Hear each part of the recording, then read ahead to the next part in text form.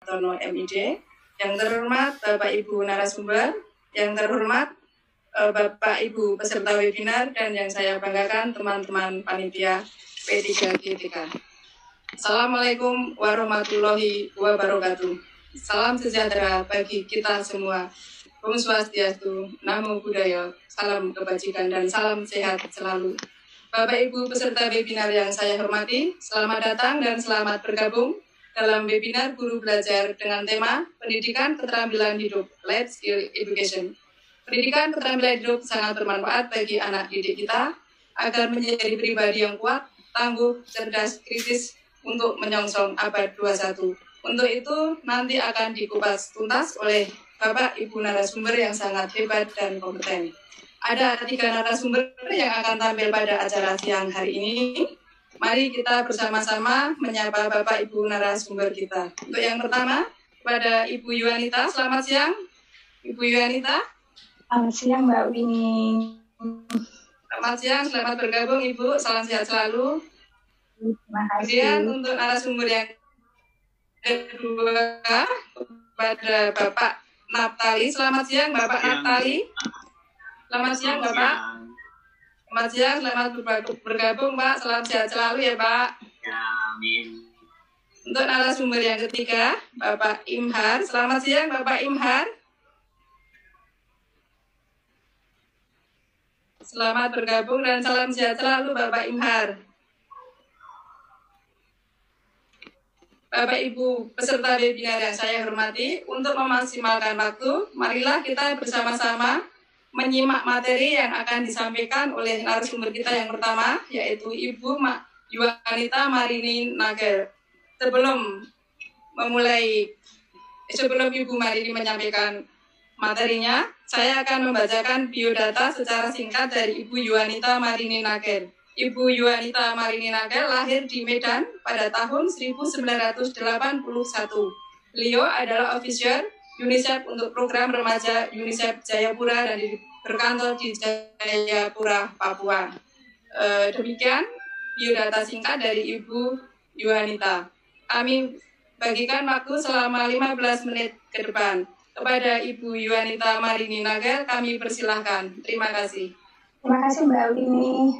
Bismillahirrahmanirrahim. Assalamualaikum warahmatullahi wabarakatuh. Saya mengucapkan pertama-tama terima kasih kepada Bapak Direktur P3GTK Kemendikbud, Dr. Praptono MID atas kesempatannya. Saya juga mengucapkan terima kasih kepada panitia dan juga rekan-rekan peserta lainnya. Terima kasih sudah ada di sini. Saya akan menyampaikan sedikit materi tentang pendidikan kecakapan hidup. Jadi saya mohon izin share screen ya.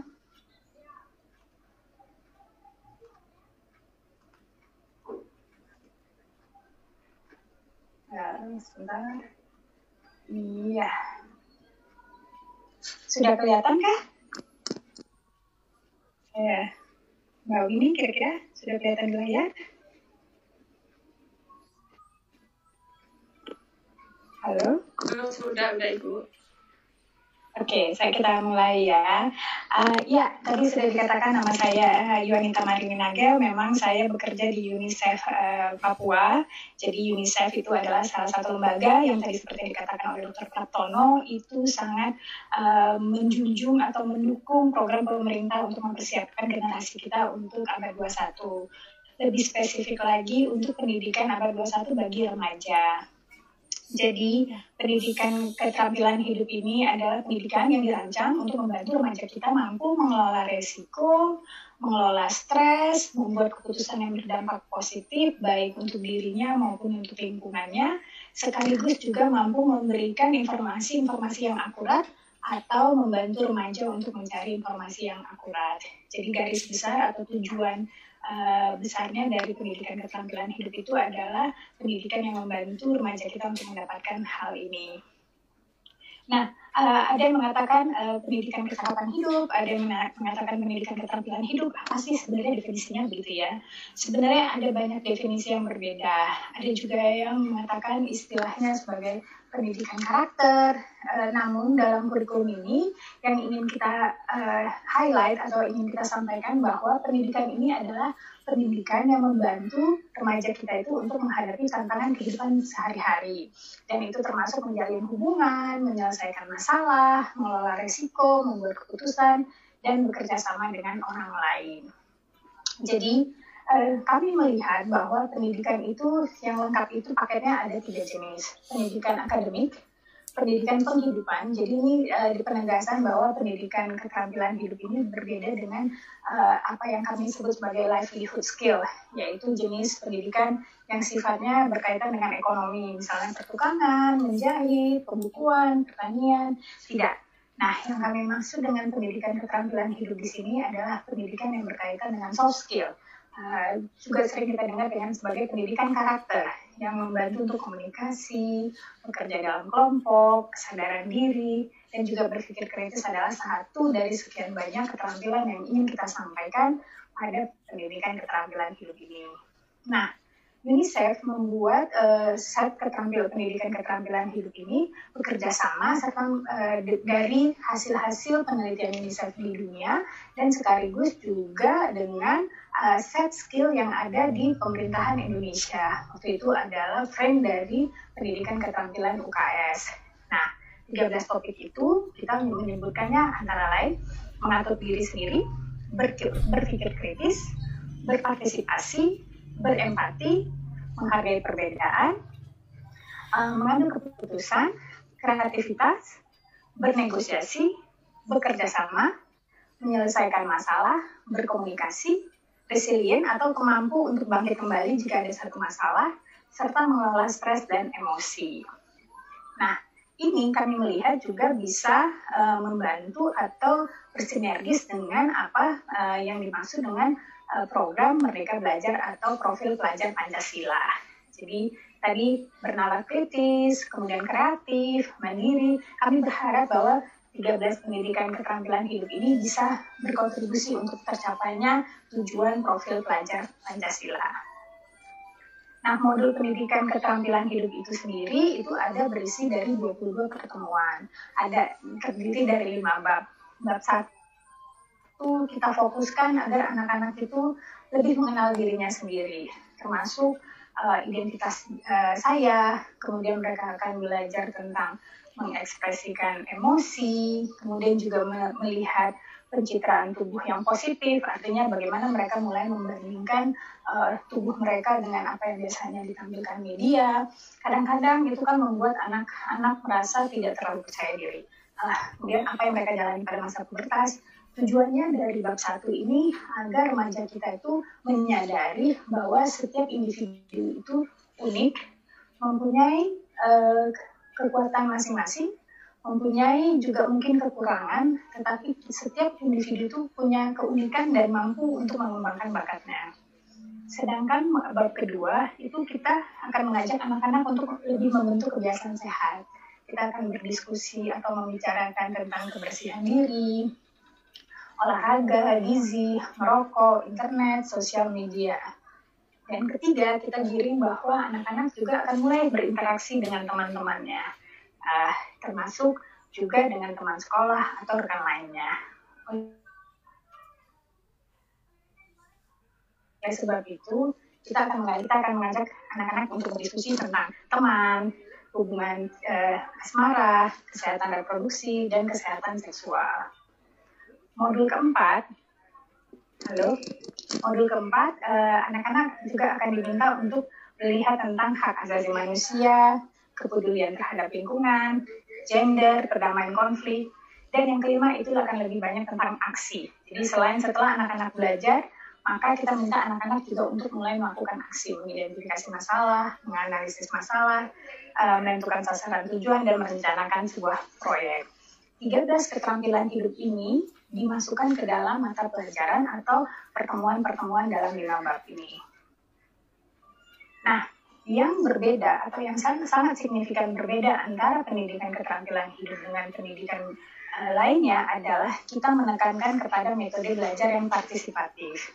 Jadi sebenarnya ini bukan hal baru karena metode belajar partisipatif ini sudah banyak dibicarakan atau dilakukan, yaitu metode belajar yang berpusat kepada siswa. Peran guru perbedaannya itu ada sekitar 4 hal. Pertama yaitu peran guru. Peran guru kita harapkan di sini adalah guru bukan hanya bertindak sebagai sumber informasi utama, tapi lebih banyak bertindak sebagai fasilitator. Kemudian guru akan lebih banyak menggali pengetahuan-pengetahuan siswa. Jadi diasumsikan bahwa bukan siswa itu tidak mengetahui tentang topik tertentu tentang pertemanan, tetapi lebih membantu siswa untuk merefleksi topik tersebut. Gaya komunikasi guru tentu berbeda, tidak hanya satu arah, tetapi lebih banyak membentuk refleksi, berpikir kritis, serta lebih banyak bertanya. Jenis kegiatan juga akan banyak yang sifatnya energizer, permainan, diskusi, dan lain sebagainya. Nah, mungkin saya juga akan memberikan salah satu contoh kegiatan yang dilakukan pada pendidikan keterampilan hidup ini. Ini adalah salah satu contoh kegiatan yang kami lakukan dengan anak-anak. Jadi kita akan bertanya nih, misalnya sama seperti dengan para peserta sekalian, kalau mau ada yang mau sekalian di chat, di kolom chat, kalau ingin ikutan, pertama kita akan mengajak anak-anak untuk melihat apa satu kata positif aja yang bisa menggambarkan diri anak tersebut. Jadi mereka bisa mengerjakannya sendiri, kemudian nanti mereka juga bisa berdiskusi dengan temannya. Kemudian membuat mereka unik. Jadi kalau contoh satu hal yang membuatmu unik, anak-anak akan diajak untuk apa ya yang saya ini unik, karena semua manusia, semua setiap individu itu unik. Bakat anak-anak atau keterampilan mereka miliki, baik itu masak, baik itu merupakan sebuah keterampilan menyanyi, ataupun bahkan mendengar pendengaran yang baik. Nah, kemudian juga nilai pribadi atau hal-hal yang mereka anggap sangat penting. Nah, kemudian apa yang membuat mengatur dirinya sebagai teman yang baik? Dan apa kekuatan terbesar? Di sini masa remaja itu kan masa yang mulai ikut-ikutan ya. Itu sangat normal karena mereka mulai mencari sebuah kelompok yang berbeda dari kelompok dewasa dan berbeda dari kelompok anak-anak. Dan mereka tentu ingin membuat rasa independennya. Nah, ini dengan adanya materi yang untuk identitas mereka jadi tahu bahwa mereka tidak harus melakukan hal yang sama dengan temannya, tapi bukan berarti mereka tidak bagian dari kelompok tersebut. Nah, pendidikan keterampilan hidup ini tersedia dalam bentuk buku, baik itu cetak dan PDF, serta juga untuk guru-guru SMP dan SMA dan SMK, serta peserta didiknya. Jadi ada yang sifatnya buku, bisa dicetak, dan juga tersedia di forum gerakan guru belajar. Jadi UNICEF bekerja sama dengan GTK juga menyediakan ini di ruang untuk guru belajar. Jadi kita juga membuat e-learning modul, ini sudah ada, terdiri dari semuanya, 5 modulnya sudah tersedia. Jadi Ibu Bapak akan bisa mengikuti kegiatan pelatihannya dengan modul-modul yang sifatnya sudah elektronik. Di sini juga akan diikutsertakan untuk terlibat dalam kasus-kasus. Jadi sama banget ya dengan bukunya, tetapi ini lebih interaktif. Sehingga guru-guru tidak harus mengikuti training yang menunggu ada kegiatan pelatihan. Jadi bisa langsung ikut kegiatan pelatihan ini di ruang guru belajar. Nah, terdiri dari 3 tahap, yaitu ada tahap pertamanya itu tahap orientasi.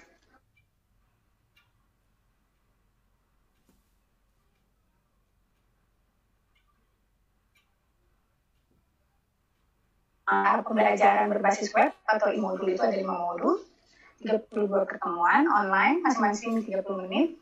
Kalau tahap kedua kita ada coaching klinik dibimbing oleh Pak Pelatih Pendidikan Keterampilan Hidup. Jadi ada sesi penyegaran kembali, konsultasi dengan para pelatih, serta sesi perencanaan implementasi di tingkat sekolah dan action plan-nya. Tahap ketiga itu pengimbasan, jadi berbagi dan merefleksi pengalaman selama mengikuti rangkaian e-learning pada guru, tenaga kependidikan, dan mengajak mereka untuk ambil bagian mengikuti e-learning ini.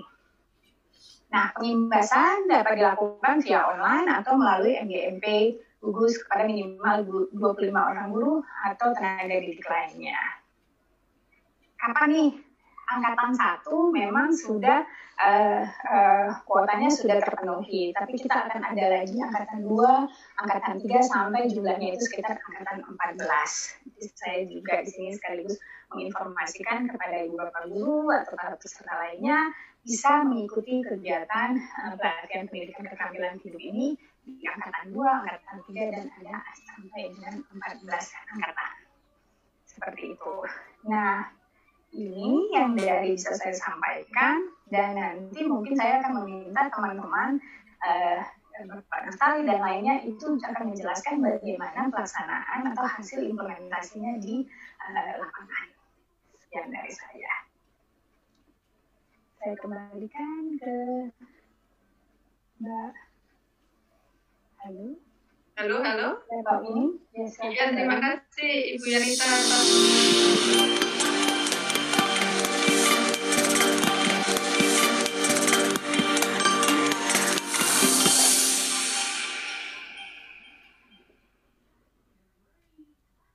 Terima kasih Ibu Yanita atas paparan materinya. Bapak Ibu peserta webinar, kita akan menyaksikan dan mendengarkan paparan materi dari narasumber yang kedua, yaitu Bapak Naftali. Sebelumnya saya akan membacakan biodata singkat dari Bapak Naftali.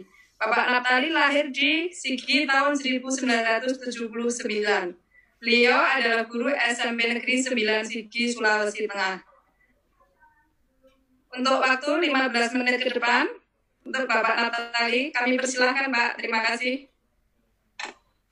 Ya, terima kasih atas kesempatan yang diberikan kepada saya selaku guru di SMP Negeri 9 Sigi. Ya, seperti yang sudah diperkenalkan tadi, nama saya Naftali SPD, bertugas di sekolah SMP Negeri 9 Sigi. Yang saya hormati Bapak Direktur D3 GTK dan Ibu Moderator Mbak Yuni, dan juga kepada pihak UNICEF. Tak lupa saya mengucapkan terima kasih kerjasamanya dengan Yayasan Karampuang boleh memfasilitasi kami sekolah yang ada di Sulawesi Tengah dalam mengimplementasikan PKH di sekolah masing-masing. Baik,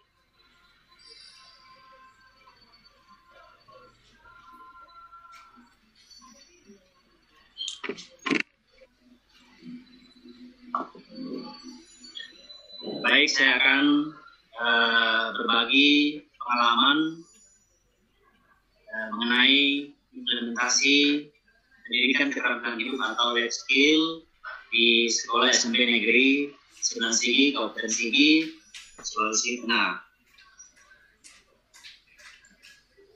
Ini saya perlihatkan foto bangunan sekolah kami. Bapak Ibu agak jelek sekolahnya. Mungkin ini dikarenakan karena peristiwa gempa yang terjadi pada tanggal 28 September tahun 2018 kemarin, dan sampai saat ini bangunannya belum dapat perhatian atau belum diperbaiki. Letak sekolah kami ini SMP Negeri 9 Sigi terletak di Kecamatan Gubasa, Kabupaten Sigi. Jaraknya dari Kota Palu itu sekitar 40 kilo.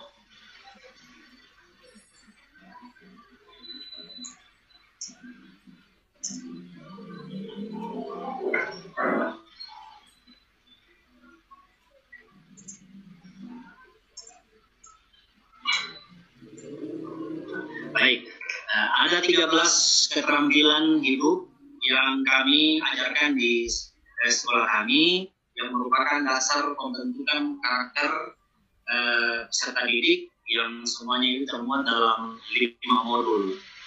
Modul yang pertama mengenal diri sendiri, kemudian modul kedua membentuk kebiasaan sehat, kemudian modul yang ketiga hubungan saling menghormati, dan modul yang keempat menciptakan dunia yang lebih baik, dan modul yang kelima melakukan aksi. Itu yang kami ajarkan di sekolah kami. Kemudian ada tantangan-tantangan yang kami alami ketika kami mengimplementasikan PKH ini di sekolah kami, Yang pertama, tantangan untuk siswa. Sebagian siswa masih malu dalam mengungkapkan pendapatnya pada sesi-sesi awal. Mungkin karena belum terbiasa dengan metode atau cara metode dalam yang diterapkan dalam PKH. Kemudian sebagian siswa mengalami kesulitan dalam menggambar. Nah, ini juga mungkin ketika kami mengajar di sekolah kami, kurangnya berbagai macam alat yang mendukung anak-anak untuk lebih kreatif dalam mengeksplor bakat mereka. Kemudian beberapa materi dianggap tabu. Kehadiran siswa. Ini kehadiran siswa pada saat itu agak menurun karena mungkin pandemi COVID-19 yang waktu itu dengar kabar bahwa di Pandere ada terdampak COVID-19, tetapi setelah dikonfirmasi ternyata itu tidaklah benar. Nah, kemudian masih adanya perilaku membuli, ini kebiasaan-kebiasaan yang sering dilakukan oleh peserta didik kami. Kemudian kurangnya kepatuhan pada protokol COVID-19. Masih ada siswa yang tidak patuh terhadap protokol kesehatan, tidak menggunakan masker ketika datang ke sekolah mengikuti kegiatan PKH. Kemudian tantangan sendiri untuk guru yang merubah cara kebiasaan mengajar. Yang tadinya kami mengajar itu secara monoton, guru yang sebagai sumber informasi. Dengan adanya PKH ini, siswa yang lebih aktif dalam mengungkapkan berbagai macam kemampuan mereka ketika mengikuti PKH. Kemudian pengelolaan kelas. Pengelolaan kelas juga ini sangat menentukan keberhasilan ketika kita mengajar di kelas. Ketika kita mampu mengelola kelas, maka pembelajaran itu akan berlangsung dengan baik. Kemudian ketiga, merubah pandang siswa tentang budaya tabu. Mengkontekstualkan dalam kehidupan sehari-hari, kemudian menjadi contoh bagi siswa.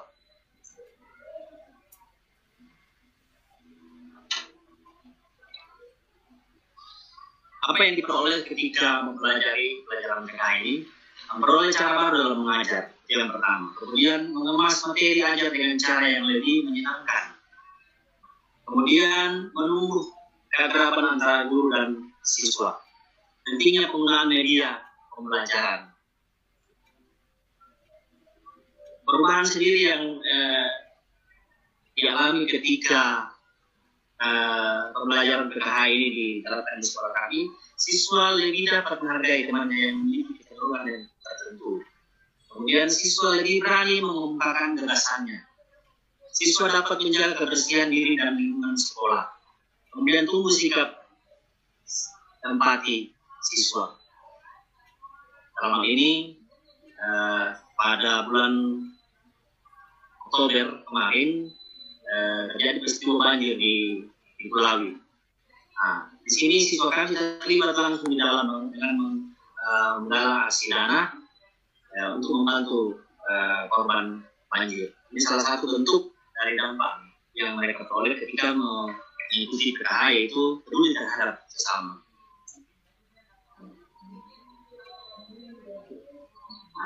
Apa rencana yang akan kami lakukan sebagai cara lanjut? Ini menyebarluaskan PKH ke kelas-kelas lain. Karena ketika kami mengimplementasikan PKH di sekolah, ada siswa yang datang bertanya kepada kami sebagai guru yang mengatakan seperti ini. Apakah kami juga boleh mengikuti kegiatan PKH ini?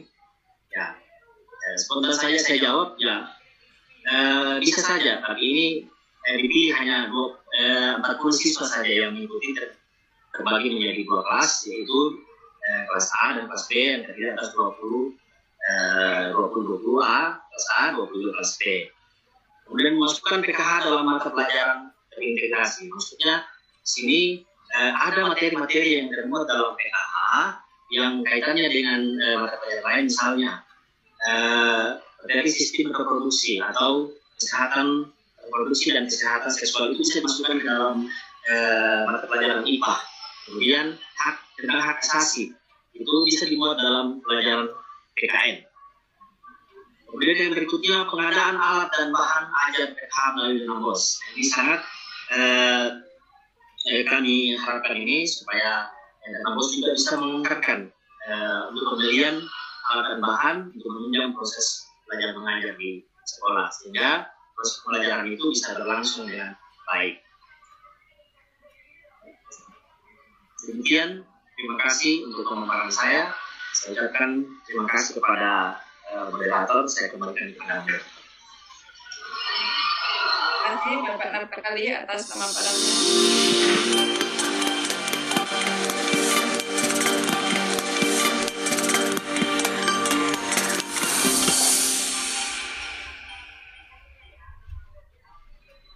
Terima kasih kepada Bapak Napakali atas pemaparan materinya.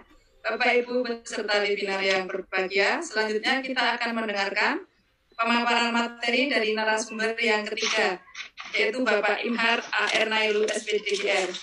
Saya akan bacakan biodata singkat. Bapak Imhar AR Nailu SPDGR, beliau adalah tutor di PKBM Anugerah Sikara, Kabupaten Donggala, Sulawesi Tengah. Untuk Bapak Imhar, waktu kita bagikan selama 15 menit ke depan untuk menyampaikan materi. Kepada Bapak Imhar Nailu, kami persilahkan untuk menyampaikan materinya. Halo Bapak Imhar. Bapak Imhar. Halo. Halo Bapak Imhar. Halo. Bapak, silakan memaparkan materinya, Bapak.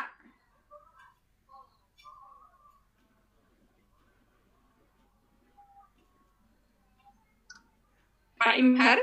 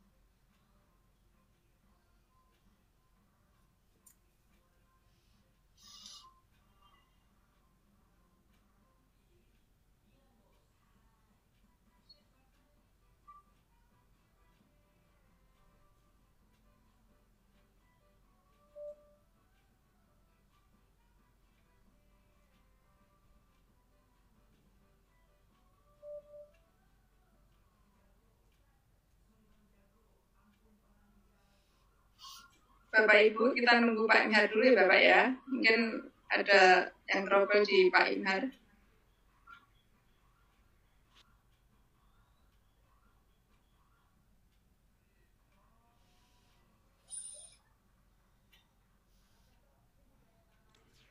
Bapak Ibu, kita nunggu Bapak Imhar sebentar ya.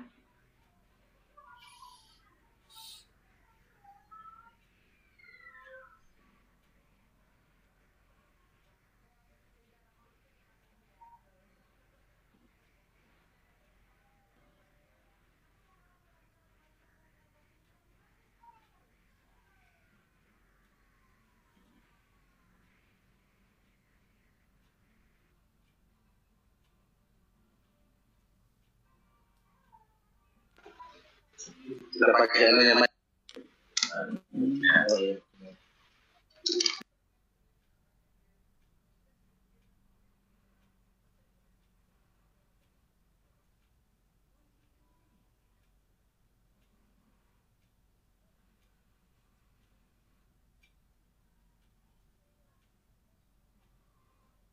Pak Imhar?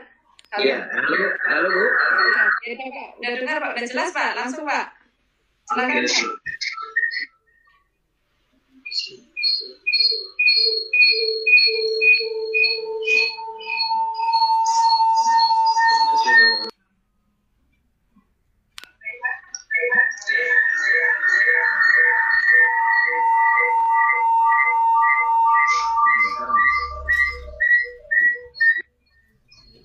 Pak Imhar?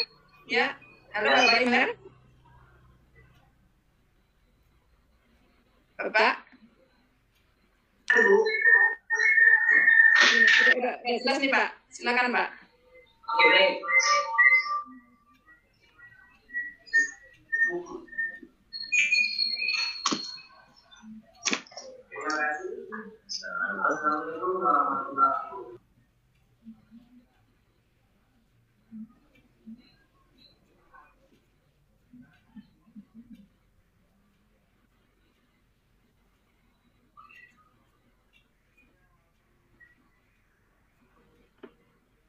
Bapak Imhar, suaranya tidak kedengaran Pak.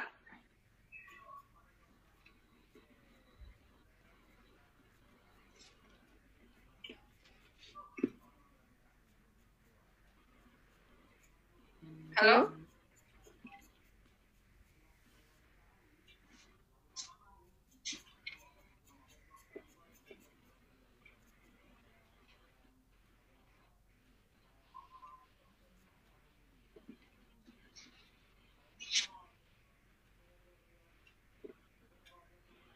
Bapak Ibu, halo? Bapak Ibu peserta webinar, atau mungkin kita tanya jawab dulu, kan sudah ada 2 narsum, sambil Bapak Imhar menyelesaikan ini paparannya, karena mungkin ada trouble di Bapak Imhar ya. Halo, pada teman-teman host? Ya, kita tanya jawab dulu ya.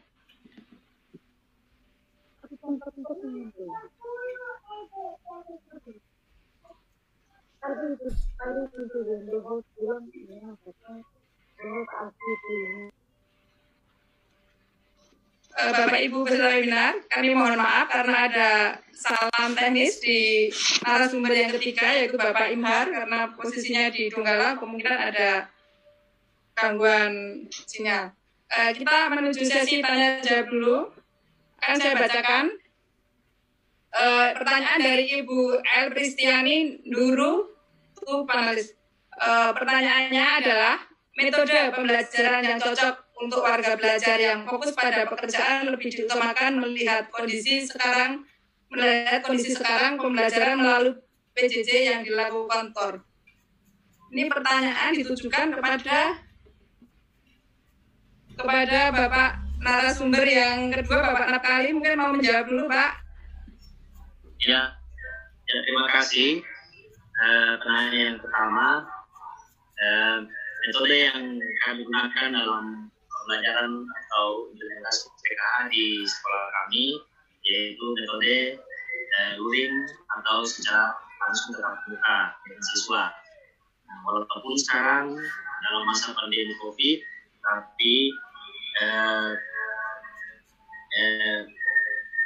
daerah Gumbasa itu adalah masuk zona hijau.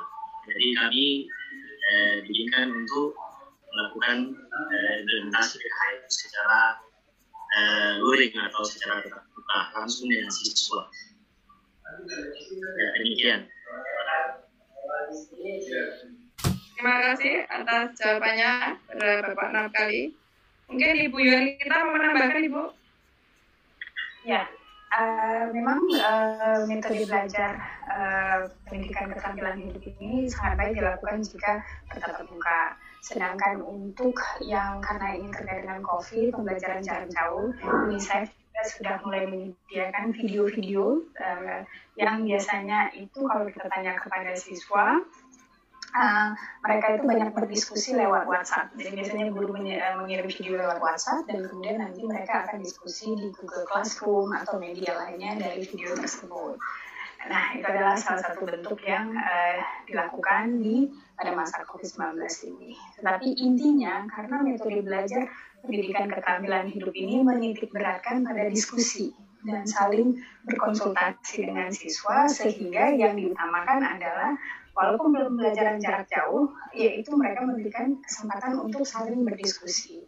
Yang dilakukan lain adalah yang di Sorong dan juga di Bone adalah melalui media radio. Jadi guru menyampaikan materinya via radio, kemudian mengangkat kasus-kasus, jadi lebih banyak diskusi tentang kasus-kasus, sehingga anak-anak bisa menghubungkan dengan pengalaman mereka sendiri. Itu yang dilakukan pada masa COVID-19 ini. Seperti itu. Nah. Demikianlah jawaban dari Bapak Ibu narasumber. Untuk penanya selanjutnya,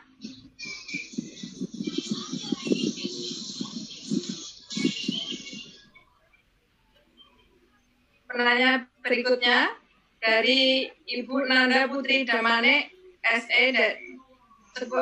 SDN Dadap Asahan Sumatera Utara. Ibu Nanda Putri Damane menanyakan itu, Assalamualaikum Bu, gimana caranya PKH juga diterapkan kepada anak SD agar semakin terlihat sejak dini kemampuan anak berada di mana saja? Bisa Ibu? Terima kasih. Ya, terima kasih. Ya, pertama-tama memang kurikulum yang saat ini tersedia adalah untuk anak SMP. Jadi yang sudah dikembangkan oleh UNICEF membantu bekerjasama dengan Kementerian Pendidikan dan juga rekan-rekan dari universitas lainnya, gitu membuat kurikulum ini untuk anak SMP. Tetapi kalau pertanyaannya bagaimana untuk anak SD, ini artinya tidak hanya pendidikan keterampilan hidupnya hanya untuk anak SD. Saya rasa yang perbedaan mendasar antara anak SD dan anak SMP adalah anak SD masih sangat konkret. Jadi untuk kita berdiskusi sifatnya abstrak, mereka akan mendapatkan kesulitan. Nah, untuk keterampilan hidup ini, maka harus diberikan contoh-contoh yang konkret. Disiplin, misalnya kita mengatakan di UNICEF itu adalah disiplin positif, pembiasaan, sebelum mereka sampai ke tahap SMP dan SMA, yaitu mengembangkan, berdiskusi, merefleksi, dan kemudian membuat keputusan. Jadi anak SD itu banyak terbentuk untuk pembiasaan terlebih dahulu, disiplin dulu. Membentuk bangun pagi, kemudian rutinitas, dan kemudian juga kita tidak membatasi kreativitasnya. Ada banyak beberapa contoh yang ada di internet juga. Tapi untuk yang UNICEF ini saat ini memang mengembangkan kurikulumnya untuk SMP dan SMA serta SMK. Terima kasih Bu Yunita. Mungkin untuk kedepannya UNICEF bisa dikembangkan untuk anak SD, Bu ya. Seperti kita ketahui bahwa pendidikan karakter itu sangat penting, terutama untuk anak SD. Yaitu misalnya bangun pagi tadi benar menjaga kebersihan, merapikan tempat tidurnya, terus kemudian biasa mengucapkan terima kasih, minta tolong dan salam, dan mungkin bisa ditambahkan untuk agenda UNICEF untuk anak SD, Bu ya. Terima kasih Bu Yunita. Kemudian untuk penanya berikutnya, sambil kita menunggu Bapak Imhar untuk bergabung. Untuk penanya berikutnya, sebentar saya bertanya ke Bapak Imhar. Bapak Imhar, apakah sudah siap Bapak? Halo? Pak Imhar? Halo? Pak Imhar? Bapak dengar nggak Pak? Bapak? Halo? Sepertinya belum, Mbak. Belum tersambung ya? Iya. Ya, ini bukan Bapak Imhar belum tersambung. Kita mungkin buka tanya jawab untuk penanya yang ketiga ya. Silakan teman-teman. Untuk penanya yang ketiga.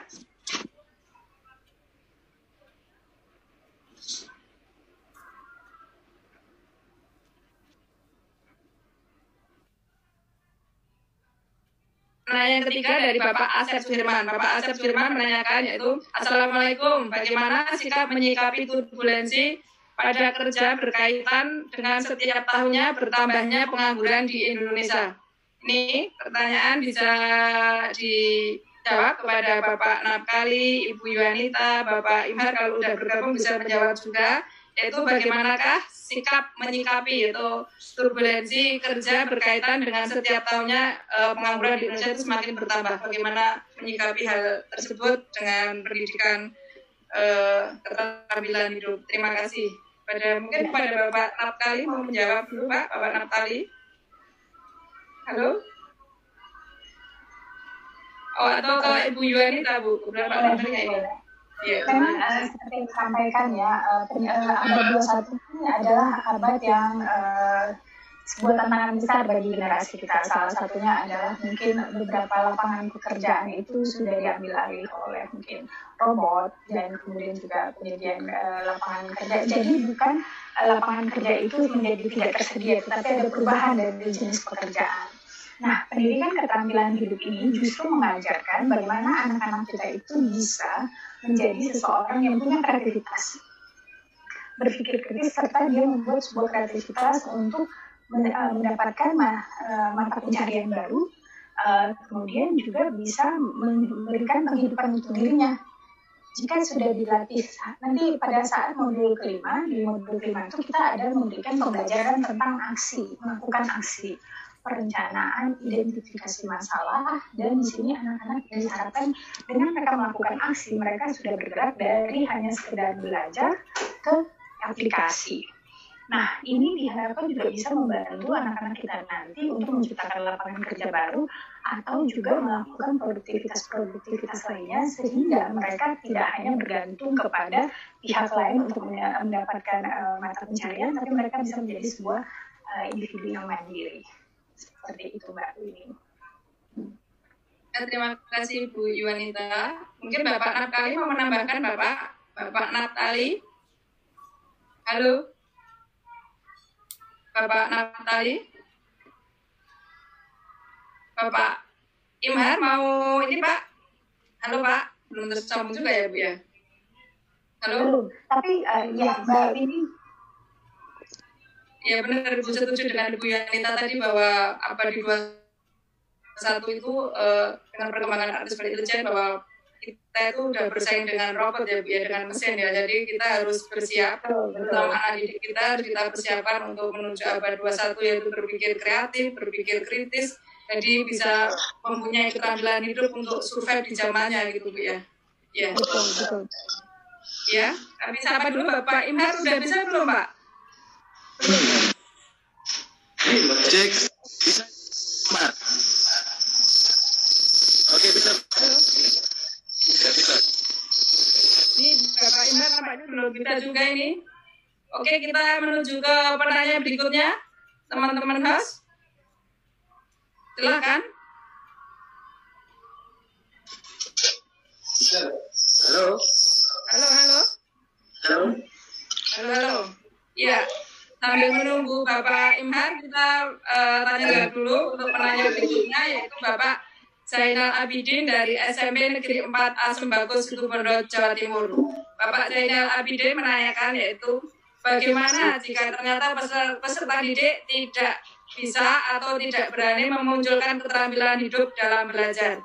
Nah, ini pertanyaan dari Bapak Zainal Abidin itu cukup bagus sekali ini Bu pertanyaannya. Kepada Ibu Yuanita, kami persilahkan. Ya, biasanya kita menggali tidak berani, tidak bisa ini terkait dengan karakter. Artinya ada orang lebih nyaman seperti tadi shortcut ya.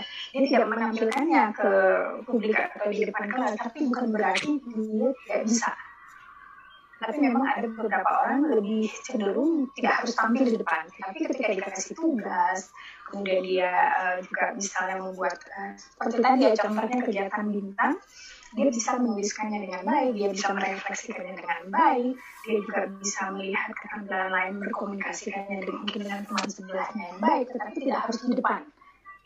Nah, kalau itu menjadi sebuah cara mengekspresikannya, maka tidak ada masalah.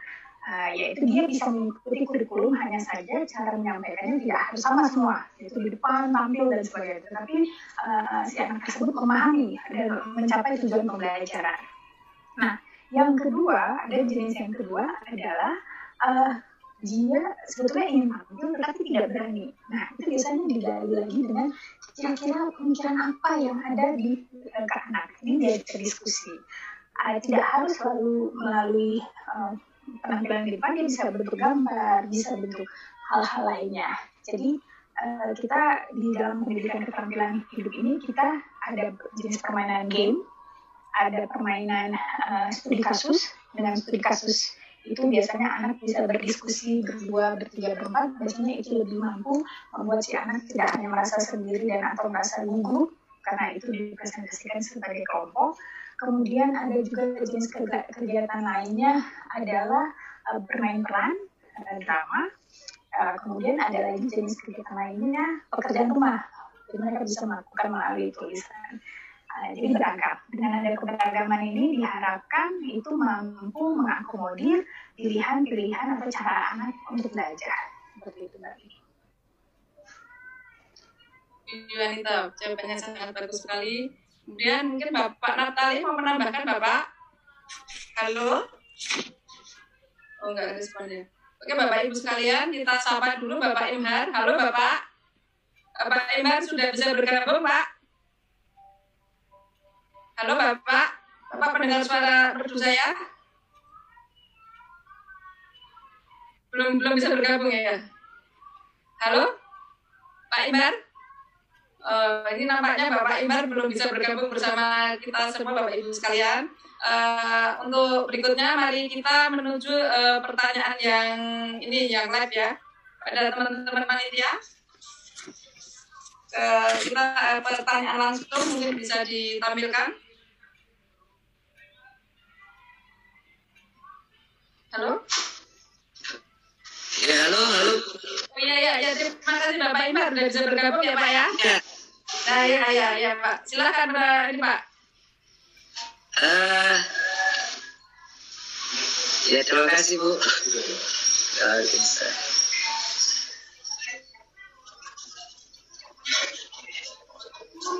Oke. Assalamualaikum warahmatullahi wabarakatuh. Selamat sore, salam sejahtera buat kita sekalian. Bapak Ibu hebat, terlebih dahulu saya minta maaf atas gangguan yang kami alami.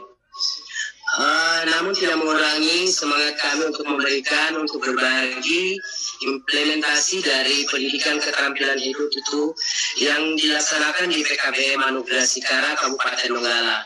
Saya singkat saja. Untuk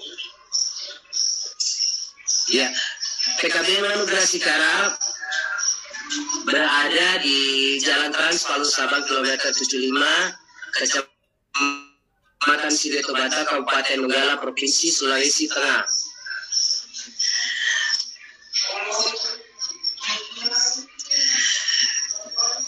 Pendidikan keterampilan hidup yang dilaksanakan di PKBM Anugerah Sikara itu dilakukan secara tatap muka atau secara luring dengan metode pembiasaan. Mengapa pendidikan keterampilan hidup itu dianggap penting? Kenapa harus diajarkan kepada warga belajar yang ada di PKBM Anugerah Sikara? Yang pertama adalah PKH itu sendiri mendukung remaja untuk mengembangkan dan menggunakan keterampilan sebagai konteks individu mereka. Kemudian PKH itu diajarkan dalam konteks permasalahan yang spesifik yang terjadi dalam kehidupan sehari-hari dari warga belajar atau peserta didik. Kegiatan PKH kali ini diikuti oleh 30 orang warga belajar yang terbagi menjadi 2 kelompok, setiap kelompoknya terdiri dari 15 orang. Untuk teknik pertemuannya dilakukan dalam 2 kali 1 minggu secara tatap muka, dimulai dari siang sampai sore hari pukul 13.30 sampai 17.30. Di sela-sela pertemuan dilakukan supervisi oleh Ketua PKBM yang dilakukan secara berkala kepada seluruh tutor yang terlibat di dalam pembelajaran PKH atau LSC.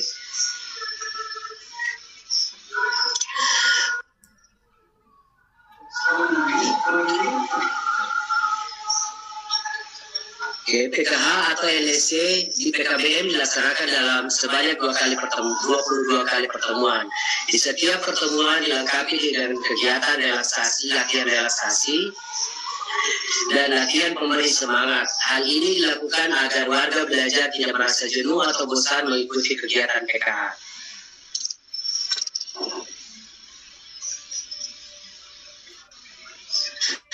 Sebelum pembelajaran dimulai,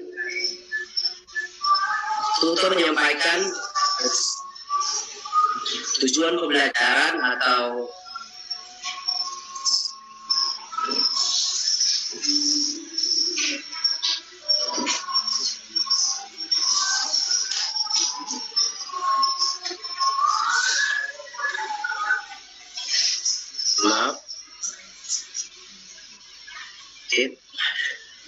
menyampaikan tujuan pembelajaran yang akan dicapai. Selanjutnya menyampaikan keterampilan apa yang akan dipelajari serta pengetahuan penting yang akan dipelajari pada pertemuan. Inilah yang membedakan antara pembelajaran yang ada di kelas konvensional dengan kelas PKH. Kemudian ada 13 juga keterampilan hidup yang sudah dijelaskan tadi. Saya lanjut saja. Kemudian kami mengalami tantangan selama pendidikan PKH itu. Yang pertama, bagi warga belajar, merasa malu untuk mengungkapkan ide. Kemudian materi seksualitas masih dianggap tabu. Kehadiran warga belajar belum maksimal. Bagi tutor, berdasarkan hasil supervisi yang saya lakukan, karena pada kesempatan ini saya juga sebagai ketua PKBM, bahwa tutor itu lebih fokus pada pemasaran materinya yang ada pada modul, sehingga mengabaikan 13 keterampilan hidup yang harus dikuasai oleh warga belajar. Kemudian tutor belum terampil memanfaatkan media pembelajaran. Namun dengan adanya supervisi, kami melakukan refleksi, tutor melakukan refleksi terhadap apa yang sudah dilakukan, dan alhamdulillah dengan PKH dapat merubah pola pembelajaran yang dilakukan sebelumnya. Kemudian pembelajaran yang diperoleh atau lesson learning. Yang pertama, pembelajaran dengan PKH, pembelajaran itu lebih interaktif. Karena di sini kan PKH itu menggunakan metode partisipatoris, yang mana seluruh warga belajar ataupun peserta didik itu aktif di dalam pembelajaran.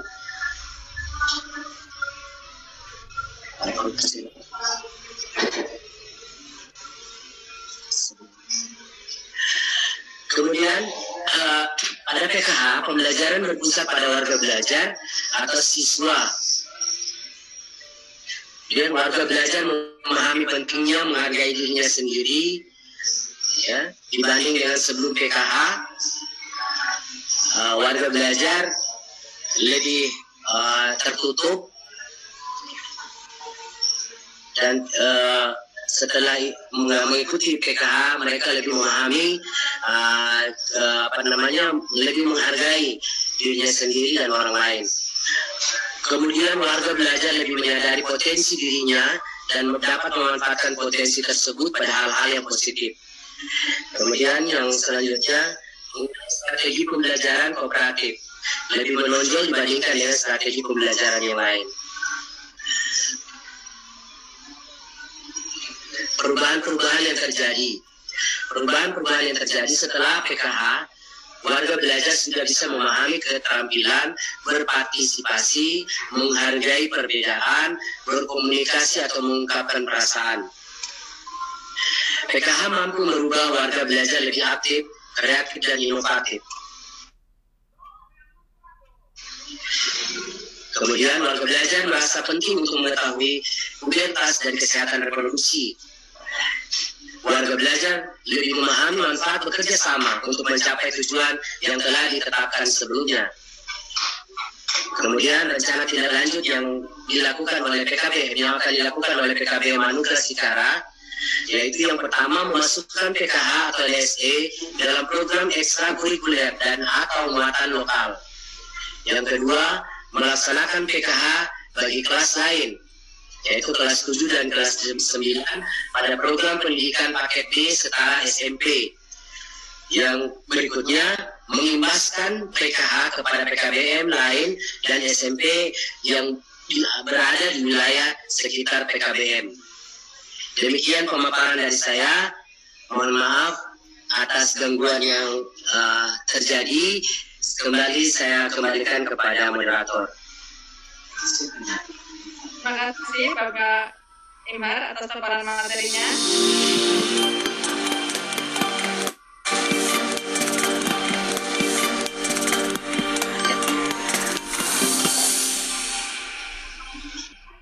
Terima kasih kepada Bapak Imar atas paparan materinya.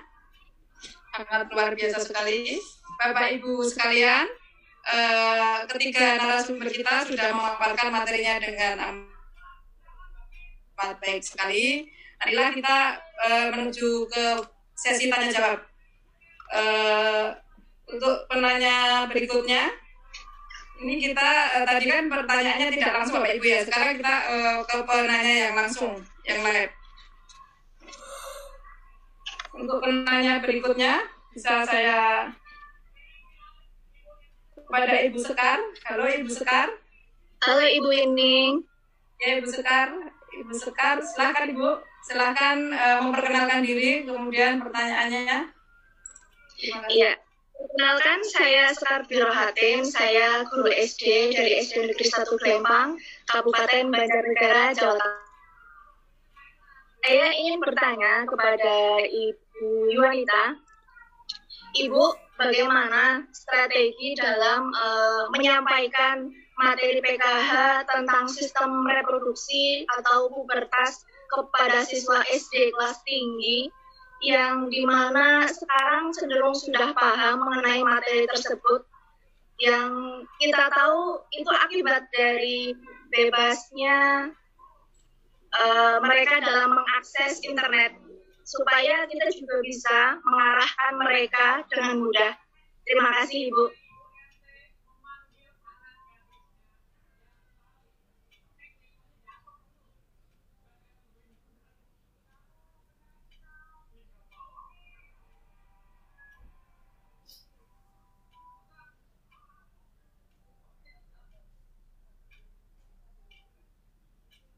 Dan kadang kita tidak bisa mengawasi 24 jam dan mengkontrol apa-apa saja yang disaksikan oleh anak-anak kita. Kembali lagi, biasanya di pendidikan keterampilan hidup ini kita melatih guru, dan ini juga bisa dilakukan oleh orang tua, yaitu lebih bersifat sebagai fasilitator yang tujuannya untuk menggali pengetahuan dan mengadakan diskusi dengan sang anak. Nah, terkait dengan kesehatan reproduksi, biasanya kita lebih banyak menyampaikan pertanyaan-pertanyaan yang sifatnya refleksi. Apa yang kamu lihat, apa baiknya, mana yang menurut kamu itu salah, apa sebenarnya tujuan dari kesehatan reproduksi, misalnya ketika kamu ada perkembangan di tubuh kamu. Jadi banyak sifatnya yang menggali pertanyaan serta meluruskan, gitu. Dan kemudian kita juga di sini memang anak SD kembali lagi perbedaan utamanya dengan anak SMP dan SMA adalah mereka masih sangat konkret, jadi belum bersifat abstrak, sehingga kita ketika menyampaikannya juga harus yang betul-betul menggunakan bahasa konkret. Contohnya, yang kamu lihat itu benar atau salah, itu. Kemudian refleksi tubuh kamu sedang apa yang berubah dibandingkan adik kamu kalau dia punya adik, gitu. Dan mengapa ini berubah tujuannya untuk apa? Jadi kembali lagi akan lebih banyak proses diskusi, Bu, gitu. Jadi lebih ke situnya, gitu, dibandingkan karena kita sendiri juga tidak tahu sebatas mana si anak tahu dan apa yang dia tahu. Jadi mesti dicek dulu, kita tidak berasumsi dengan si anak menyampaikan apa yang dia lihat dan apa persepsinya, kita bisa membantu meluruskan. Karena kita sudah baru dan mungkin juga nanti informasinya berbeda seperti itu. Jadi tahap awal pengecekan informasi mana, apa yang dilihat dan apa pendapat sang anak terhadap informasi yang mereka lihat. Terima kasih Bu Yuanita. Bapak Ibu sekalian, kita menuju ke pertanyaan berikutnya kepada Bapak Haryanto ya, yang sudah siap. Bapak Haryanto dari PKBM. Terima kasih atas kesempatan yang diberikan. Perkenalkan saya Haryanto dari Kabupaten Tebo, Provinsi Jambi. Saya adalah tutor sebab di PKBM dan juga guru di Pernah. Saya ingin menanyakan pada Bapak tadi yang menjelaskan tentang pengalamannya di PKPI Kalimantan tadi. Saya ingin tanyakan, ketika beliau melaksanakan pendidikan karakter di PKPI tersebut, mohon penjelasannya, apakah program tersebut sudah disosialisasikan sebelumnya, atau apakah ada atau dimasukkan di dalam rencana pendidikan atau RPP? Begitu, Bu. Silakan aja, Pak. Terima kasih Bapak Arianto atas pertanyaannya. Kepada Bapak Imhar, kami persilahkan untuk menjawab dari pertanyaan dari Bapak Arianto. Bapak Imhar. Pada Bapak Imhar.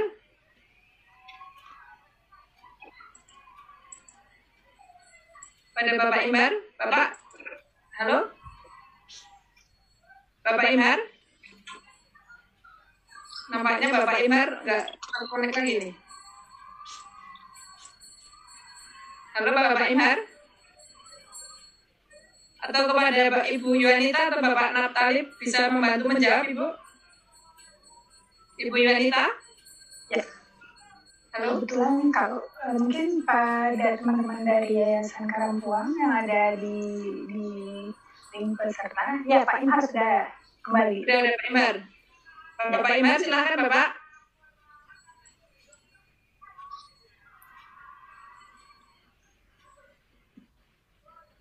Ini Bapak Imhar kayaknya ini Bu, terputus. Bapak Imhar? Iya Bu. Iya silakan menjawab pertanyaan dari Bapak Arianto, Bapak.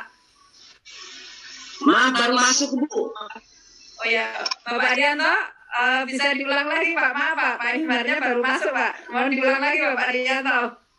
Aduh, selamat siang Pak Imhar. Mungkin sinyal ya sana ya, sinyal ya. Pak Imhar, saya bertanya, saya tertarik dengan penjelasan Bapak tentang pelaksanaan PKH di PKBM Bapak. Yang saya tanyakan, bagaimana Bapak mensosialisasi sebelum dilaksanakan program itu pertama ya. Bagaimana Bapak mensosialisasi. Yang kedua, di jenjang mana tadi kurang paham saya ngerti jenjang apakah di kesetaraan, apakah keaksaraan diterapkan PKH Bapak? Oke. Baik aja. Oke, terima Bapak penanya. Untuk PKBM kami, sosialisasinya sebelum dilaksanakan PKH itu kami melakukan sosialisasi kepada orang tua warga belajar, karena pada saat dilaksanakan PKH pada saat pandemi Corona, dan wilayah kami adalah wilayah yang termasuk merah, jadi sosialisasinya door menghubungi calon peserta yang akan kita ikutkan. Kemudian jenjang yang kita ikutkan itu adalah yang untuk paket B setara SMP 8. Karena ini kami masih baru kali ini melaksanakan, tapi namun berikutnya bahwa kami akan melaksanakan itu dari paket B sampai paket B, umur 12 sampai 9 tahun yang kami jadikan prioritas. Buat belajar, selain warga belajar, kami juga menggandeng siswa-siswi yang ada yang umur 12 sampai 19 tahun yang berada di wilayah PKBM. Demikian yang sedang kami lakukan. Di awal daripada pelaksanaan PKH. Demikian. Ya, cukup. Terima kasih Pak Imhar. Terima kasih Pak Imhar atas jawabannya. Kita menuju ke penanya berikutnya. Penanya lain berikutnya kita panggil Bapak Asep Suratman. Bapak Asep Suratman. Halo, Bapak Asep. Bapak Asep. Ini Bapak Asep belum menjawab, atau kita ke penanya berikutnya, yaitu kita panggil Bapak Yulianus. Bapak Yulianus. Selamat sore dari Iya, Timika selamat sore Papua. Bapak. Silakan Bapak. Oke. Terima kasih Ibu. Saya mau tanya kepada Pak Imran kembali tadi bahwa ini kami di SD dan PKH itu agak sulit ya untuk kami karena kenapa? Karena di SD itu mungkin anak-anak itu belum paham betul itu untuk pelajaran ini, dan mungkin ada saran-saran dari Bapak untuk kami untuk anak SD yang bisa kami lakukan sehingga bisa juga terlaksana di sekolah kami. Terima kasih. Terima kasih atas pertanyaannya. Pada Bapak Imran, kami persilahkan Pak. Oke, baik, Lianus. Begini Pak, untuk program PKH ini memang kita prioritaskan untuk yang remaja, tapi tidak menutup kemungkinan kita ajarkan bukan materinya yang kita prioritaskan untuk SD. Kalau menurut saya 13 keterampilan hanya gimana dan kepada siapa kita ajarkan itu boleh, karena saya lihat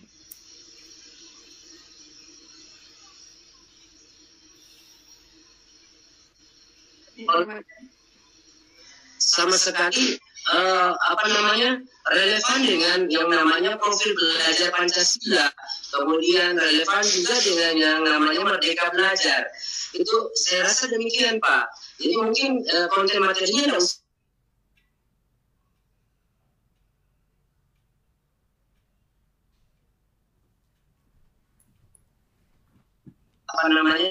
di bagian-bagian yang vital itu tidak perlu kita ungkapkan kepada siswa yang kelas 6 SD atau yang khususnya untuk SD Pak. Jadi seperti itu yang sekedar yang bisa saya sampaikan Pak, sesuai dengan apa yang kami alami di PKBN kami. Mungkin bisa ditambahkan oleh Ibu narasumber kita. Terima kasih. Terima kasih Bapak Imar. Kepada Ibu Yuanita mau menambahkan Ibu? Ya, paling tambahan dari saya sedikit saja. Kembali lagi, kalau kurikulumnya tersedia untuk SMP dan SMA. Kalau anak SD, kita belum membuat kurikulumnya, tapi saya di sini bisa menambahkan bahwa pendidikan karakter itu tidak harus mulai dari SMP dan SD. Jadi saya menyarankan penekanan terhadap pembiasaan. Gitu. Jadi untuk ada membuat rutinitas, ada membuat sebuah habit. Jadi ini yang diperlukan oleh anak-anak SD terlebih dahulu. Terima kasih pada Bu Yuanita. Jawabannya sangat bagus sekali. Oke, terima kasih Pak Imran, Ibu Yuanita. Terima kasih. Sip. Terima kasih. Bapak Ibu, kita menuju ke penanya berikutnya. Tadi kita sudah panggil Bapak Asep Suratman. Pak Asep Suratman. Bapak Asep Suratman, silakan Bapak.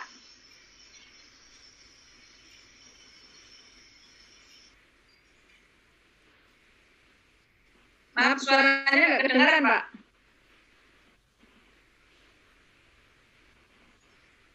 Bapak Asep.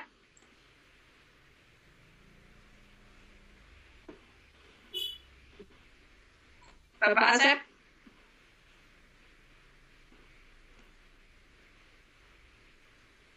Halo.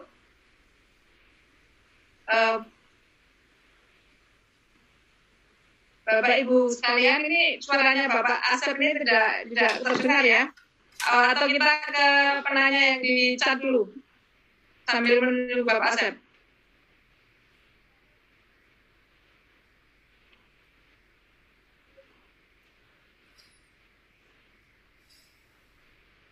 Ibu penanya berikutnya ya dari Ibu Sri Endah Puciningrum. Ibu Sri Endah Puciningrum menanyakan, izin bertanya, apakah umpan balik yang bisa diberikan siswa terkait pelaksanaan pembelajaran PKH dan apakah ada bentuk laporan khusus kepada orang tua siswa dalam pelaksanaan pendidikan keterampilan hidup. Terima kasih. Kepada Ibu Yulianita dan Bapak tim narasumber kami persilahkan untuk menjawab pertanyaan dari Ibu Sri Endah Buciningrum. Saya coba dari saya dulu. Kalau di Papua waktu itu pendidikan kecakapan hidup ini pernah dilaksanakan sebagai muatan lokal, sehingga itu juga masuk sebagai penilaian.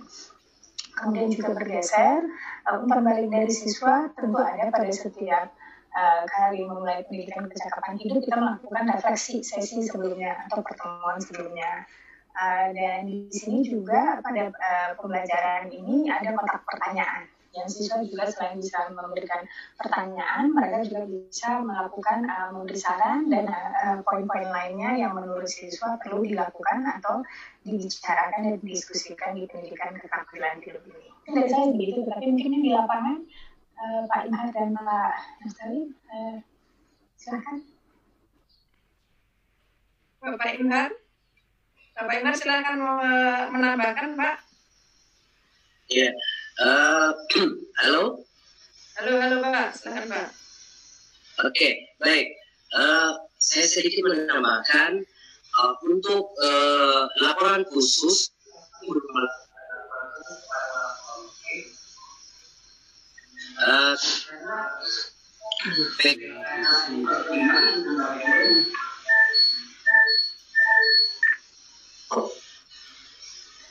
Halo?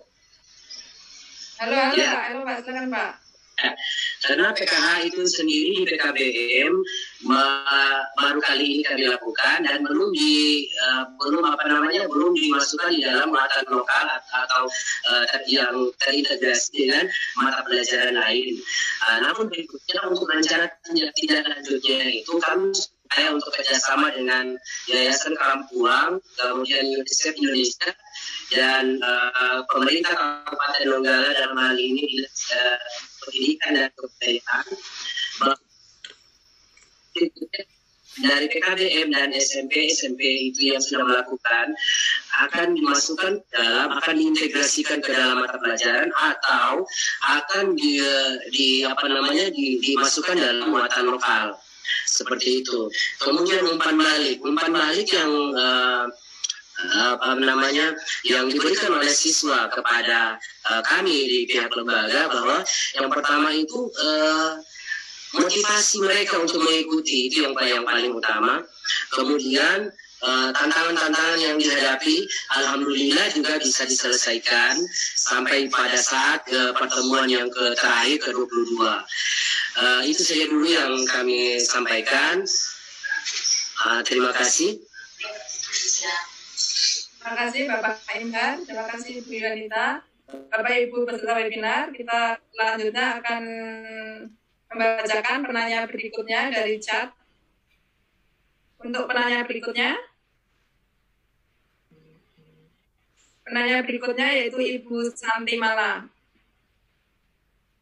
Ibu Santi Mala menanyakan, apakah PKH ini bisa dilakukan secara pembelajaran online atau daring? Bagaimanakah caranya agar siswa dapat memahami dan mengerti tentang PKH dengan baik? Terima kasih. Ini pertanyaan dari Ibu Mala. Pertanyaan sangat bagus sekali.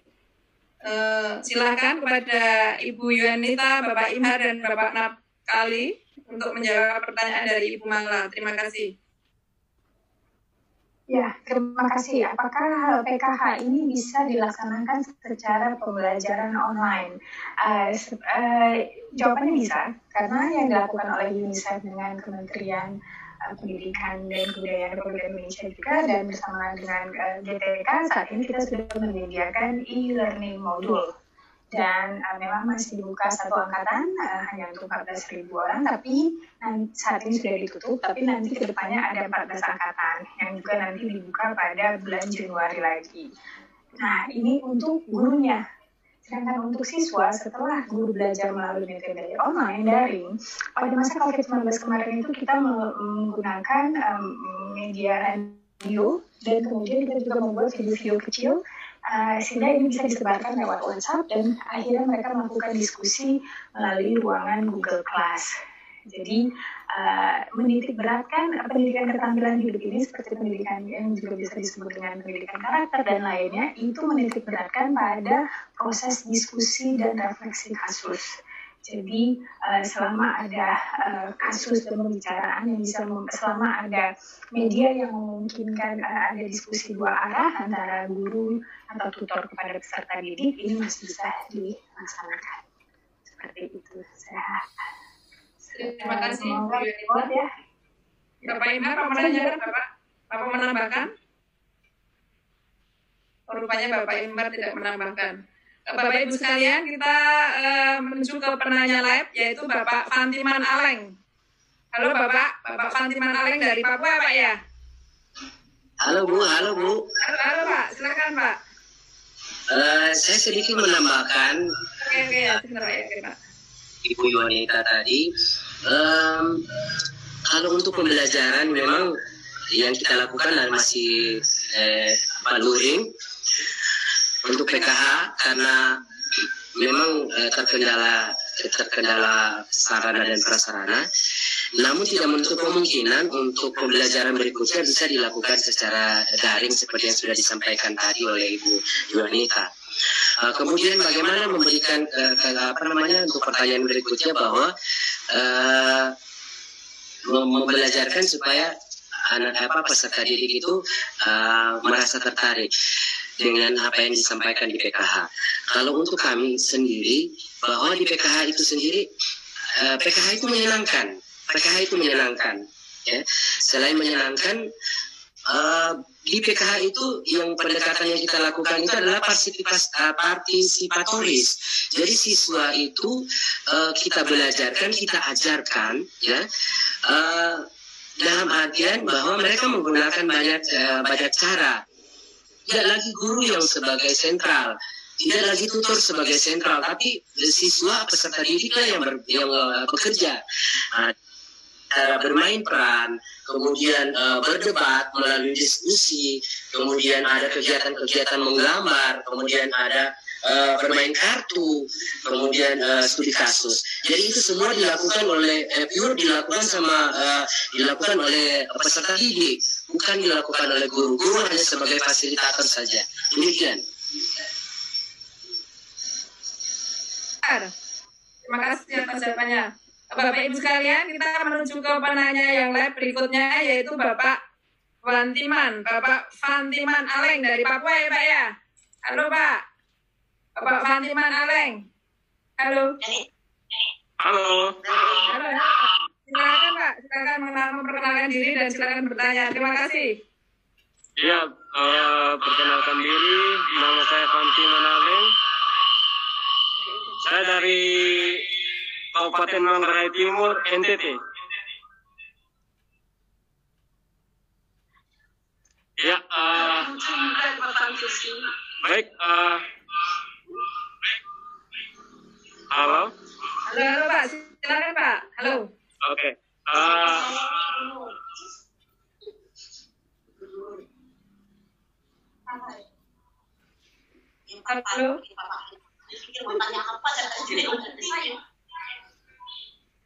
Halo. Halo, silakan Pak, silakan Ya, bertanya Pak. saya mau tanya tentang kegiatan untuk meningkatkan PKH itu sendiri. Bagaimana kalau terbentur dengan misalnya kita menginginkan keterampilan siswa, tapi terbentur dengan kemampuan ekonomi orang tua. Ya, itu terbenturnya. Sehingga terkadang kita tidak bisa berhasil untuk keterampilan siswa, itu terbentur dengan kemampuan orang tua siswa. Mungkin ada solusi untuk menanggapi ini. Terima kasih.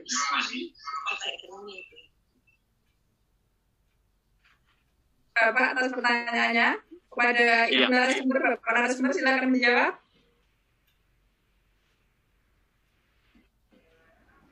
Saya mencoba menjawab, nanti silakan Pak Ilham dan Pak Naskali.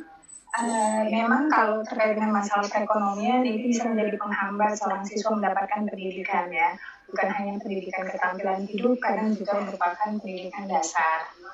Dan saya rasa kita terkait dengan hal ini kita akan melihat banyak program pemerintah yang saat ini juga sudah dilakukan untuk membantu siswa agar tetap dapat mengakses pendidikannya walaupun dengan kendala keterbatasan dari orang tua.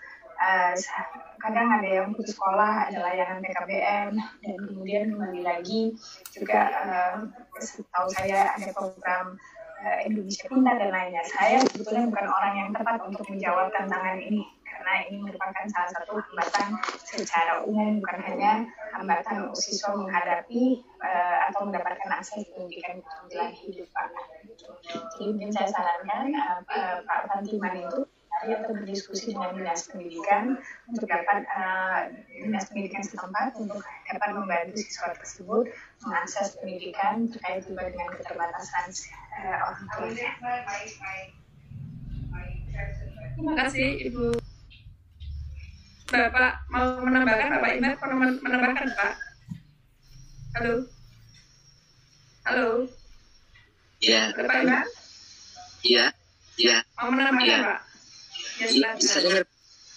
Iya. Silakan, Pak. Pak Fantiman. Iya. Saya akan menambahkan sedikit yang pertanyaan dari Pak Fantiman bahwa yang menjadi kendala ekonomi untuk membelajarkan pendidikan khususnya pendidikan secara umumnya maksudnya terkendala kata ekonomi keluarga. Dan Pak Pantiman, alhamdulillah kami di PKBM itu rata-rata orang yang di bawah ekonominya di bawah, ya, karena tidak mampunya mereka mengakses pendidikan formal, mereka masuk ke PKBM. Nah di PKBM itu kami menggratiskan semua biaya pendidikan itu tidak ada, Bapak. Gitu. Jadi nantinya dari BOP yang diberikan oleh pemerintah kepada lembaga itu bisa kita gunakan. Sehingga pada saat proses terkait dengan PKH kemarin, alhamdulillah dari UNICEF bersama dengan Karampuang itu mereka menyiapkan segala sesuatunya, termasuk ATK dan peralatan-peralatan lain itu memang disiapkan seperti itu. Jadi tolong Bapak Pak Fantiman, tolong koordinasikan dengan dinas terkait di daerah Bapak. Mudah-mudahan insya Allah bisa dibantu. Terima kasih Pak. Terima kasih Pak Emhar dan Ibu Yuanita. Bapak Ibu peserta webinar, kita panggil penanya berikutnya, Bapak Suharyanto. Halo Bapak Suharyanto. Halo. Bapak Suharyanto. Halo. Bapak Suharyanto, apakah mendengar Bapak Suharyanto? Halo. Ya, halo Bapak Suharyanto, silakan. Ada telepon. Bapak Suharyanto? Ya, silakan Bapak, silakan mengenalkan diri Pak. Halo? Halo, bisa didengar? Bisa ya, silakan Pak, silakan. Ya, terima kasih. Nama saya Suharyanto dari SMPN 1 Jetis Ponorogo, Ibu. Kemarin kita sudah daftar seri belajar yang guru belajar seri 1 tentang pandemi COVID sudah selesai, dan sekarang sudah daftar kemarin gelombang 1B untuk guru belajar seri PKH. Nah, di 1B kita mulai minggu depan, saya masih belum paham untuk PKH itu sendiri, tujuannya nanti masuk sebagai muatan lokal mata pelajaran sendiri atau masuk sebagai ekstrakurikuler, jadi tidak perlu tidak ada RPP dan sebagainya, hanya tidak masuk ke mapel ekstra atau masuk ke mapel gitu. Mungkin itu pertanyaan saya Ibu untuk terkait PKH, karena mau mengikuti juga bingung gitu. Apa juga nggak nyambung dengan BP, kok isinya ada reproduksi, ada perkenalan perkembangan remaja gitu. Ya Bu, mungkin itu saja untuk pertanyaan dari saya. Masih mungkin bisa dijelaskan intinya PKH itu masuk ke muatan lokal atau kegiatan ekstrakurikuler. Ya. Ya, Bisa saya? Apakah ada kegiatan secara berlangsung? Halo, silakan Ibu. Ya, jadi kalau ini nanti akan didiskusikan dengan Dinas Pendidikan setempat, tetapi saya memberikan contoh. Kalau di Papua itu ada penerapannya melalui 3 cara. Pertama yaitu muatan lokal, kemudian yang kedua itu terintegrasi, artinya dimasukkan terintegrasi dengan mata pelajaran tertentu, dan ketiga memang ekstrakurikuler. Jadi dari pengalaman kita memang paling efektif itu dia menjadi bagian dari pelajaran atau integrasinya dengan guru BK. Nah, BK kan mendapat, jadi kami melakukan advokasi di mana guru BK itu mendapatkan atau jam mengajar tatap muka di kelas. Sebagai peraturan kementerian kan sebetulnya seorang guru BK berhak mendapatkan 2 jam mata pelajaran setiap minggunya untuk melakukan tatap muka. Dan kami kemudian juga mengecek dengan guru BK apakah sudah ada kurikulum tertentu untuk tatap muka guru BK saat ini disebutkan masih sangat fleksibel, sehingga pendidikan kecakapan hidup ini masuk menjadi bagian dari mata pelajaran atau topik yang diajarkan guru BK pada saat tatap muka di kelas. Jadi itu advokasi kami pertama. Di Papua sendiri akan ada surat edaran yang menghimbau kepala sekolah agar memberikan jam mengajar bagi guru BK. Dan ini juga terjadwalkan, jadi dia masuk ke situ untuk guru BK. Sedangkan muatan lokal sama, karena ada peraturan gubernurnya yang mengantarkan muatan lokal, sama juga Pak, dia berdiri sendiri sebagai muatan lokal, maka dia juga mendapatkan jam mengajar khusus 2 jam setiap minggunya untuk setiap kelas. Ketika dia sudah menjadi muatan lokal, maka perangkat lainnya juga disiapkan. Jadi kalau di Sorong sudah ada RPP, kemudian juga silabus, itu menjadi sebuah paket ya Pak. Begitu. Saya harap mudah-mudahan menjawab. Terima kasih Ibu Yanita. Terima kasih. Sudah terjawab ya Bapak ya, Bapak Adrianto sudah terjawab ya. Bapak Imar mau menambahkan Pak? Halo. Ya, halo. Bapak Imar. Halo. Ya. Silakan. Kalau untuk artinya begini, PKH itu tidak harus dia terintegrasi, artinya tergantung si pemakai saja. Artinya kalau kami sendiri di lembaga itu bisa dia terintegrasi ke mata pelajaran lain sambil menunggu keputusan dari dinas terkait untuk memasukkan PKH itu di dalam muatan lokal. Karena menurut saya kalau sudah dalam bentuk muatan lokal, otomatis perangkat pembelajaran yang lain itu juga bisa menyusul. Sudah harus kita siapkan. Ya, seperti itu. Jadi untuk sementara memang kami belum memasukkan itu, dia hanya terintegrasi ke dalam mata-mata pelajaran yang tertentu. Sehingga yang kami lakukan ini adalah tutor yang lebih mengarah ke bimbingan konseling. Seperti itu. Tapi tidak menutup kemungkinan jikalau itu dijadikan sebagai muatan pelajaran, muatan lokal, sudah barang tentu harus dilengkapi lagi dengan perangkat-perangkat yang lain, termasuk RPP, silabus, RPP, karena kurikulum kan sudah ada contoh kurikulum yang diberikan oleh UNICEF kepada kami, sehingga berikutnya kami akan mengembangkan kurikulum itu menjadi silabus sama RPP-nya. Demikian Bu. Terima kasih Bapak Imar atas jawabannya, dan terima kasih pada Ibu Yanita. Kita menuju ke penanya berikutnya, penanya lab, yaitu saya lihat Ibu S dari SMK Asta Mitra ya. Halo Ibu. SMK Asta Mitra, silakan Ibu. Ya silakan. Sudah Ibu ya. Bismillahirrahmanirrahim. Terima kasih atas kesempatannya. Ini mungkin pertanyaan ke Bapak Imhar, ke Ibu Yanita sama Pak Nafali sekaligus ya. Ini terkait dengan, karena saya tertarik dengan yang tadi Bu Yanita bahwa nanti kegiatan ini ada masuk dalam kegiatan di SIM PKB gitu ya, program yang ada di SIM PKB. Kemudian yang di Nafali tadi terkait dengan penerapannya di sekolah. Kemudian kalau Pak Imhar terkait dengan penerapannya di di kegiatan PKBM gitu. Nah ini kan berbeda di penerapan di sekolah sama di PKBM pasti tentu berbeda karena mungkin kurikulumnya juga berbeda. Untuk yang mungkin ke Ibu Yuanita dulu, Bu Yuanita, ini penerapan di Irian khususnya gitu ya, berarti apakah sudah di beberapa sekolah atau PKBM di sana itu sudah menerapkan ini? Gitu. Apakah memang sudah baru terfokus di satu tempat atau memang ini sudah menyebar gitu? Artinya kegiatan PKH ini sudah mulai dilakukan di Irian gitu, secara umum atau sudah artinya di provinsi Papua gitu. Nah,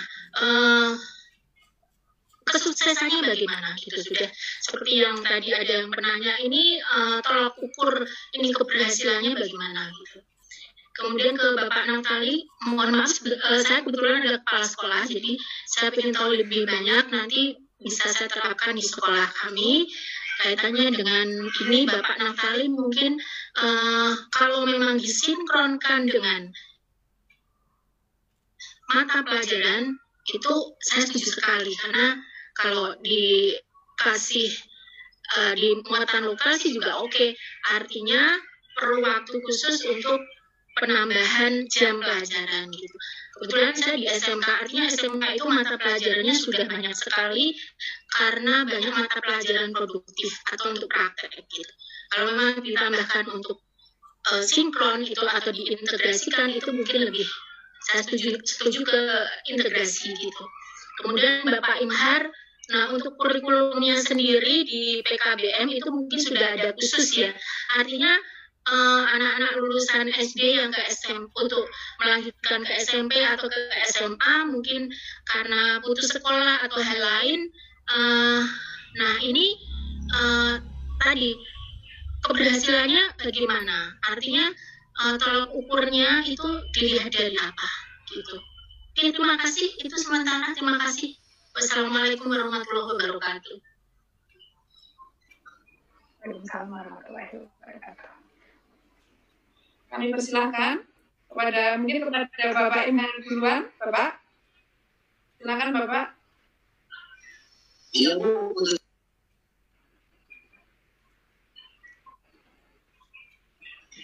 Maaf Pak, tidak kedengaran Pak. Iya Bu, putus. Tanya, putus. Halo.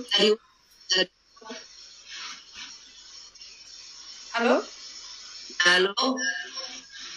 Halo. Iya, dengar Pak, jelas Pak. Silakan. Halo. Ya, diulangi. Ya, ini sudah dengar belum? Sudah dengar belum Bapak? Mungkin ke Ibu Yuanita dulu sama Mbak Naftali dulu ya. Iya betul. Silakan Ibu Yuanita untuk menjawab, Ibu Yuanita. Baik, saya karena ini pertanyaannya sifatnya saya izin share screen, bisa Ibu? Bisa, silakan. Oke. Sudah kelihatan kah? Sudah terlihat? Jadi ini terkait sudah terlihat ya? Oke. Ya, ini terkait dengan menjawab pertanyaan terkait dengan tolak ukur. Memang karakter itu kan sangat berbeda dengan akademis ya. Ini sifatnya kompleks dan bersifat abstrak. Jadi dan perilaku itu dipengaruhi dalam faktor yakni keluarga, budaya, latar belakang sosial, gender. Sehingga tolak ukur atau metode tolak ukur yang saat ini dikembangkan itu masih sifatnya self-reporting atau menanyakan pendapat dari siswa tersebut. Jadi kita mencoba membuat yang dilakukan di UNICEF itu kita ada istilahnya baseline atau endline, yaitu melihat perkembangan siswa pada saat program sebelum dilakukan dan setelah dilakukan. Dan ini biasanya melihat dari proses perubahan perilaku tersebut. Contohnya kalau untuk mengenal diri sendiri, apakah ini adalah hal yang baru untuk siswa sampai ke tahap apakah siswa mampu melakukannya ini secara mandiri. Nah, contohnya untuk mengenal diri sendiri itu pada saat pretest atau sebelum program dilakukan itu rata-rata menjawab bahwa mengenal diri sendiri atau topik mengenal diri sendiri ini 18% yang menyatakan itu adalah hal baru buat siswa. Nah, kemampuan untuk mandirinya ternyata itu terlihat pada saat nanti setelah post-test, yaitu yang tadinya 9,5% siswa yang bisa melakukan secara mandiri pada sebelum program dilakukan melalui sendiri, ini meningkat sampai ke 22%. Artinya ada peningkatan sampai dengan 13%. Ini juga dilihat juga dengan kemampuan atau karakter-karakter yang kita inginkan. Misalnya kemampuan mengelola resiko juga sama, yaitu untuk mengelola resiko maka pendapat siswa mengatakan bahwa sebelum tes itu ada 25 siswa yang mengatakan bahwa mampu mengelola resiko sebelum program dilakukan. Ada peningkatan hingga 21%, yaitu hampir 47% siswa yang mengatakan bahwa siswa merasa bisa adanya peningkatan ke dalam mengelola resiko walaupun masih membutuhkan bantuan dari pihak lain. Begitu juga sama seperti memecahkan masalah. Jadi kita melihat apakah siswa merasa bahwa topik ini adalah suatu hal yang baru buat siswa, kemudian siswa paham, siswa bisa melakukan ini dengan membantu orang lain, atau siswa bisa melakukannya secara mandiri. Nah, sebelum kita ada video untuk melihat bagaimana penerapannya serta hasilnya di siswa. Mungkin nanti saya minta izin kepada Ibu Winnie, apakah ini bisa ditampilkan atau bagaimana baiknya Ibu? Silakan Ibu. Mungkin nanti bisa share untuk ke semua peserta, kan bisa lebih baik, jadi semua peserta bisa dapat banyak hal terkait dengan ini, kemudian bisa mempelajari PKH ini secara lebih lanjut gitu. Jadinya karena ini bagus sekali, artinya anak itu bisa lebih tahu dirinya sendiri, karakter dia dan seterusnya gitu. Ya, mohon untuk di-share gitu Ibu, bisa ke semua ini nanti, semua materi dari semua panelis yang ada di sini. Ada sebuah cerita tentang remaja-remaja di Sorong, Papua. Remaja-remaja usia sekolah yang ceria dan penuh cerita. Remaja-remaja dengan hobi dan kepribadian yang berbeda-beda.